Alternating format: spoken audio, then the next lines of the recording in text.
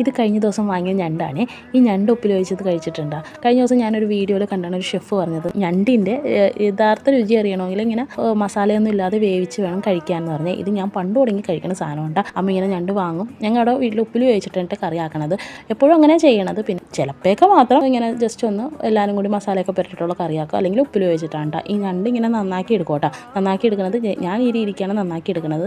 നന്നാക്കി എടുത്തിട്ട് അതിൻ്റെ ഉള്ളിലത്തെ കളിയും കൂടി എടുക്കോട്ടെ. കളിയിൽ നിന്നാണ് ഈ ഒരു മഞ്ഞ കളറിലൊരു ഇതുപോലെ ഉണ്ടാവും. ഞാൻ കാണിച്ചു തരാവേ. അമ്മ ഇങ്ങനെ ഞണ്ട് ഉപ്പിൽ വേവിച്ച് കഴിഞ്ഞിട്ട് എന്നോട് പറയുന്നത് ഉപ്പിൽ വേവിച്ചിട്ടുണ്ട്, ഇത്തിരി എടുത്ത് ചോറെടുത്ത് കഴിച്ചു എന്ന് കേട്ടോ. ഞാൻ എപ്പോഴും ഇങ്ങനെയാണ് ചെയ്യാറുള്ളൂ. എനിക്ക് കൂടുതലും ഇഷ്ടം ഉപ്പിൽ വേവിച്ചതാണ്. അതെ, ഇതാണ് കളി എന്ന് പറയുന്നത് കേട്ടോ. പിന്നെ പൊന്നുള്ള ഞണ്ടിനാണെങ്കിൽ ഇത് ഓറഞ്ച് കളറായിട്ടിരിക്കും കേട്ടോ. ആ നന്നാക്കിയ ഞണ്ടിനെ ചട്ടിയിലോട്ട് ഇട്ടിട്ടുണ്ട്. ഒരു കുഞ്ഞി കഷ്ണം ഇഞ്ചിയും പച്ചമുളക് ചതച്ചതും കൂടി ഇട്ടെടുത്തിട്ടുണ്ട്. എന്നിട്ട് ഇത്തിരി മഞ്ഞപ്പൊടിയും ഇത്തിരി ഉപ്പും കൂടി ഇട്ടെടുത്തിട്ടുണ്ട്. ഉപ്പ് ഒരുപാട് വേണ്ട. അതിനകത്തോട്ട് തിളച്ച് വന്നപ്പോഴേക്കാളും ഒരു കുടംപുളിയും കൂടി ഇട്ട് കൊടുത്തിട്ടുണ്ട്. ഉപ്പിൽ വെന്ത ഞണ്ടെന്ന് പറയാനായിട്ട് ദേ ഇത്രയുള്ളൂ കേട്ടോ. മസാല കൂട്ടി ഇവിടെ ഞണ്ട് വെക്കാറുണ്ട്, പക്ഷേ എനിക്ക് ഏറ്റവും കൂടുതൽ ഇഷ്ടം ഇങ്ങനെ കഴിക്കാനാണ്.